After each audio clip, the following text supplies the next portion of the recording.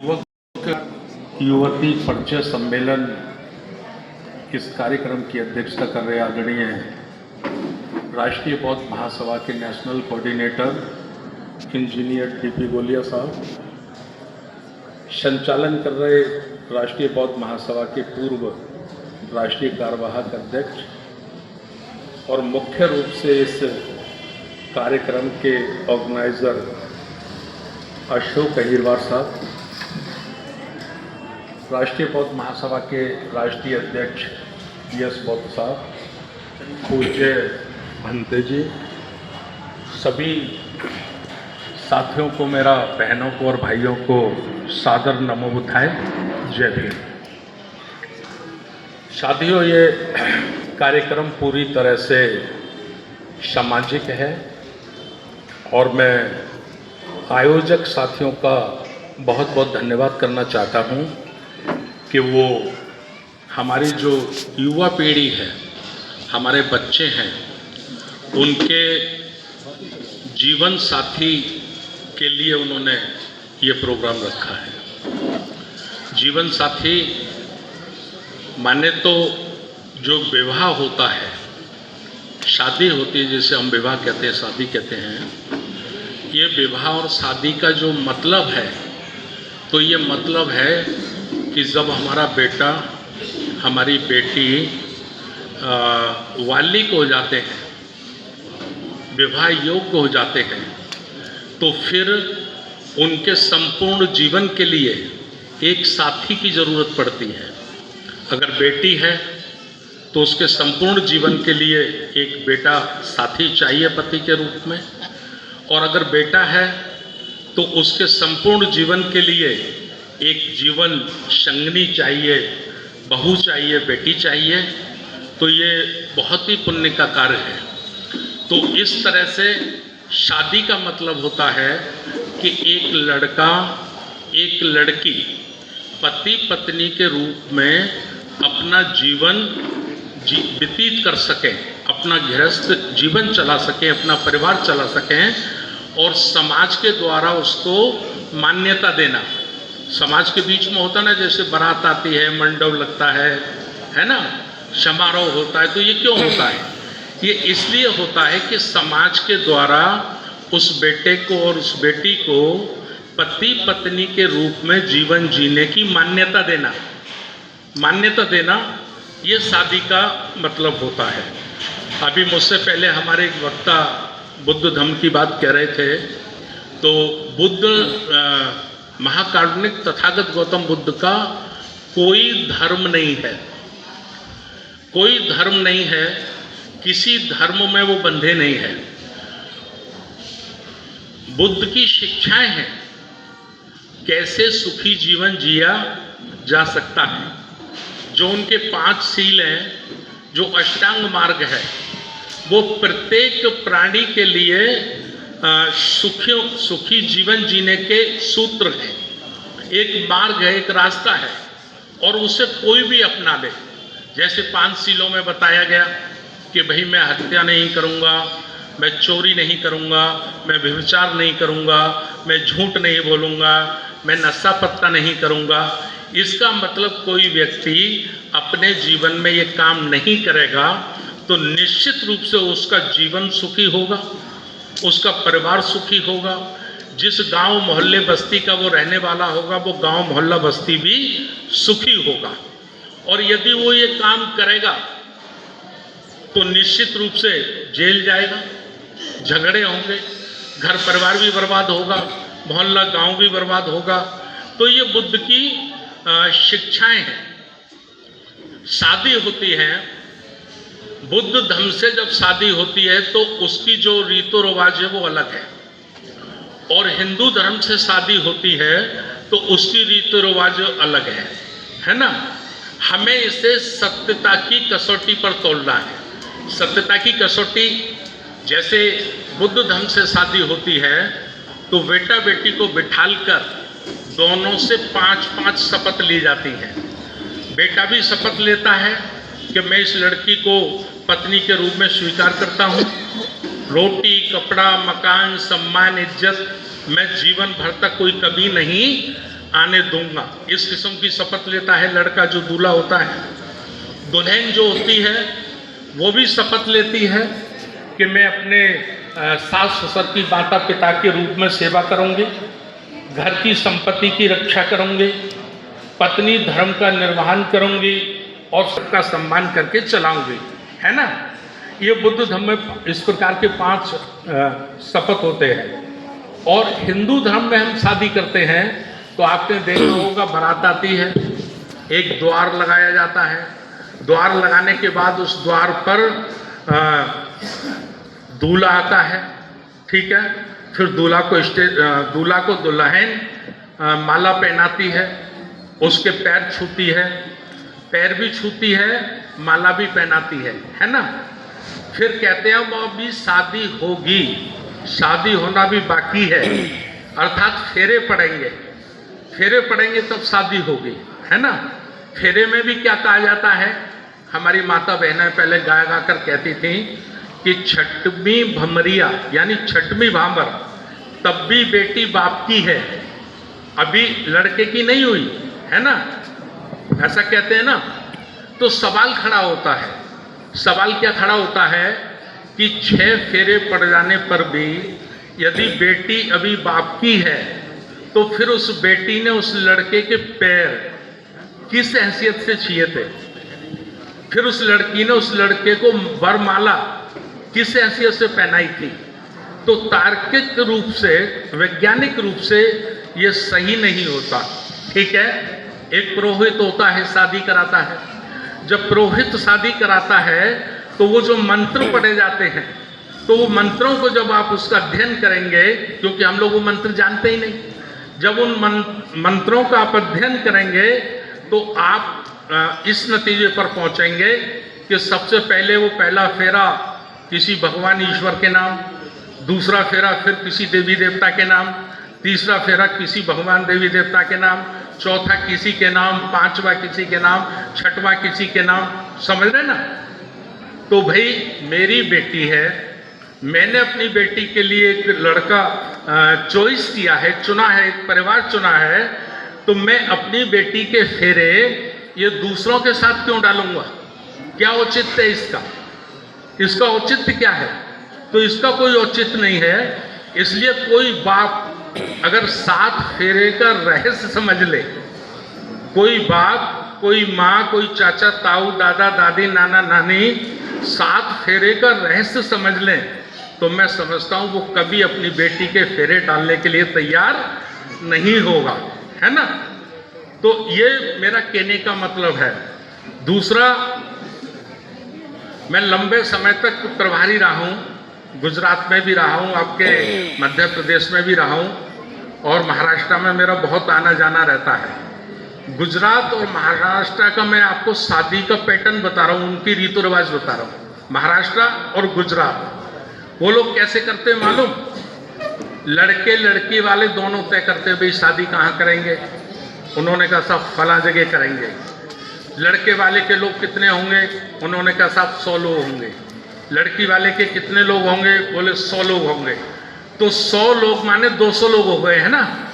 200 लोग हो गए तो 200 लोगों पर इन टोटल खर्चा कितना आ रहा है? तो खर्चा बना 5 लाख। खर्चा 5 लाख बना तो 2.5 लाख रुपए दोनों देंगे, बेटा वाला भी देगा, बेटी वाला भी देगा। ऐसा ही महाराष्ट्र में है, ऐसा ही गुजरात में सिस्टम है ना। ये क्यों है? ये इसलिए है कि वो दोनों लोग कहते हैं कि भाई मैंने अगर बेटे को पाल पलोस कर बड़ा किया है, मैंने बेटे को पढ़ा लिखा कर बड़ा किया है, तो बेटी के बाप ने भी अपनी बेटी को पाल पलोस कर बड़ा किया है। बाप ने भी अपनी बेटी को पढ़ा लिखा कर बड़ा किया है। बल्कि बेटे के पिता का कोई एहसान नहीं है, बेटी के पिता का एहसान है। बेटे के पिता का कोई एहसान नहीं है, बेटी के पिता का एहसान है कि वो 20 वर्ष तक पढ़ाता है, लिखाता है, पालन पोषण करता है, अच्छी से अच्छी शिक्षा देता है, और फिर अपनी बेटी को वो अपने समधी को उसके बेटे के लिए समर्पित करके दे देता है कि अब मेरी बेटी तुम्हारा परिवार चलाएगी, तुम्हारा वंश चलाएगी। इसलिए एहसान किसका है? बेटी के बाप का एहसान है कि पाली पनोशी मैंने थी, बड़ी मैंने की, लेकिन नाम तुम्हारा चलाएगी, वंश तुम्हारा चलाएगी। तो इस किस्म की अगर भावनाएं हमारे मन में पैदा होंगी तो हम दहेज रहित समाज का निर्माण कर सकते हैं। ये करना पड़ेगा, है ना, इसको करना पड़ेगा। और मैं ज़्यादा नहीं कहना चाहता क्योंकि प्रोग्राम दूसरा है। बाबा साहब डॉक्टर अंबेडकर जी को अगर हम मानते हैं तो बाबा साहब डॉक्टर अंबेडकर जी ने कहा है कि दुनिया में सबसे खतरनाक कोई चीज़ है, कैंसर से भी बड़ी खतरनाक कोई चीज़ है तो वो जाति है। जाति, ये जो जातियां बनाई गई ना, जो वर्ण बनाए गए, आप भारत के इतिहास पर बहस करा दीजिए। मैं तो कहता हूं हमारे देश का मीडिया बहस नहीं कराता। एक विषय रखिए कि जब भारत सोने की चिड़िया था, भारत में दूध और दही की गंगा बहती थी, भारत विश्व गुरु था, तो वो कौन से कारण थे कि भारत गुलाम हुआ? कौन से कारण थे? अगर इस कारण पर बहस होती है तो निश्चित रूप से एक ही कारण निकलेगा भारत के पतन का, भारत की दुर्दशा का एक ही कारण निकलेगा, और वो कारण होगा वर्ण व्यवस्था, वो कारण होगा जातिवाद। अगर जातिवाद नहीं होता हमारे देश में, वर्ण व्यवस्था नहीं होती हमारे देश में, तो मुट्ठी भर मुगल, मात्र 2000 मुगल हमारे भारत पर कभी 800 वर्ष तक शासन नहीं कर पाते। मुट्ठी भर अंग्रेज कभी हमारे देश पर शासन नहीं कर पाते। अगर 1000 वर्ष तक हमारा ये देश, समूचा जम्मू द्वीप में दुनिया का सबसे बड़ा विकसित देश, सोने की चिड़िया कहने वाला देश, अगर गुलाम और लाचार बना तो उसका एक ही कारण था, और वो कारण था वर्ण व्यवस्था और जातिवाद। अब ये खत्म कैसे हो सकता है? इसको खत्म करने के लिए हम लोग राष्ट्रीय बौद्ध महासभा के माध्यम से जो पूरे देश में मुहिम चला रहे हैं, वो मुहिम यह है कि इसके खत्म, जातियों को खत्म करने के 3 रास्ते हैं। 3 रास्ते। पहला रास्ता है बुद्ध धम्म की दीक्षा लेना। बुद्ध धम्म की दीक्षा लेना अर्थात उसमें अहिरवार भी दीक्षित होंगे, जाटव भी दीक्षित होंगे, कुशवाहा भी होंगे, पाल बघेल भी होंगे, शर्मा जी भी होंगे, अग्रवाल जी भी होंगे। समझ रहे कि नहीं? जब वो बुद्ध धम्म की दीक्षा ले लेंगे तो उनकी जाति और वर्ण समाप्त। फिर वो जाति में नहीं रहेंगे, उनकी एक ही जाति होगी और उस जाति का नाम होगा मानव। उनका एक ही धर्म होगा, उस धर्म का नाम होगा इंसान और इंसानियत। जाति मानव होगी, धर्म इंसान और इंसानियत। और फिर हम लोग आपस में अपने बच्चों की शादी करेंगे, ठीक है ना? हम जब उन बच्चों की शादी करेंगे तो आज तो वो हो सकता है कि बेटा किसी और जाति से था, बेटी किसी और जाति से थी, लेकिन कल जब उनके बच्चे होंगे, बच्चों के बच्चे जब होंगे, तब उनकी जाति केवल और केवल इंसान होगी, मानव होगी, कोई दूसरी जाति नहीं होगी। ठीक है ना? एक तो ये है। दूसरा क्या है? दूसरा है कि हमारे देश की जो सरकारें हैं वो पॉलिसी बनाए, वो नियम बनाए, वो नियम बनाए कि जो बच्चे इंटरकास्ट मैरिज करेंगे, अंतरजातीय विवाह करेंगे, हम ऐसे ही बच्चों को नौकरियों में प्राथमिकता देंगे। पहले नौकरी किसको देंगे सरकारी? उस बेटे को, उस बेटी को देंगे जिसने इंटरकास्ट मैरिज की होगी, जाति तोड़कर उसने समाज बनाने का काम किया होगा, उसको नौकरी दी जाएगी। लेकिन एक सवाल खड़ा होता है कि सरकार के पास इतनी नौकरियां तो होती नहीं। तो दूसरा है, कुछ को हम नौकरी देंगे और जिनको हम नौकरी नहीं दे पाएंगे उनको हम, लड़के को और लड़की को 25-25 लाख रुपया हम अनुदान देंगे, सब्सिडी देंगे कि वो दोनों बेटे बेटी मिलकर अपना कोई छोटा मोटा बिजनेस कारोबार चलाएं और अपने परिवार का वो पालन पोषण करें। ऐसे जाति तोड़ी जा सकती हैं। 2 हो गए। तीसरा, हम सामाजिक लेवल पर अभी चर्चा कर रहे हैं राष्ट्रीय बौद्ध महासभा के माध्यम से।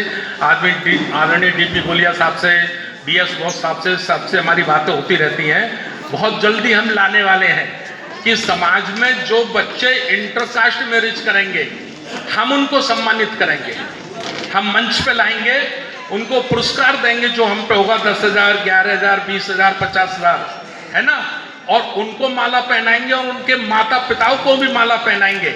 इसलिए माला पहनाएंगे कि आपने जाति तोड़ने का काम शुरू किया है।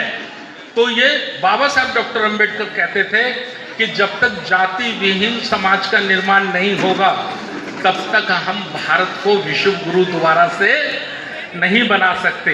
हम विषमता जो है, भेदभाव जो है, छुआछूत जो है, तो उसको हम नहीं खत्म कर सकते, है ना। तो ये चूंकि हम लोग आज परिचय सम्मेलन में सब माता पिता भी बैठे, बच्चे भी बैठे हैं, उनके लिए मैं समझता हूँ ये बहुत जरूरी है। दूसरा, 2 मिनट में मैं अपनी बात कहकर बात खत्म करना चाहता हूँ। दूसरी मेरी बात है कि हम माता पिता जो होते हैं हमें बड़ी चिंता रहती है। बच्चों के लिए धन इकट्ठा करना है, बच्चों के लिए बड़ा मकान बनाना है, बच्चों के लिए संपत्ति बनानी है ना, और हम बच्चों के लिए बना के भी जाते हैं। लेकिन हमारे बाद वो बच्चे कुछ ही समय में वो सारी संपत्ति को खत्म कर देते हैं, बर्बाद कर देते हैं। क्यों कर देते हैं मालूम आपको? इसलिए कर देते हैं कि हमने उनको संपत्ति तो बना के दी लेकिन हमने उनको संस्कार नहीं दिए।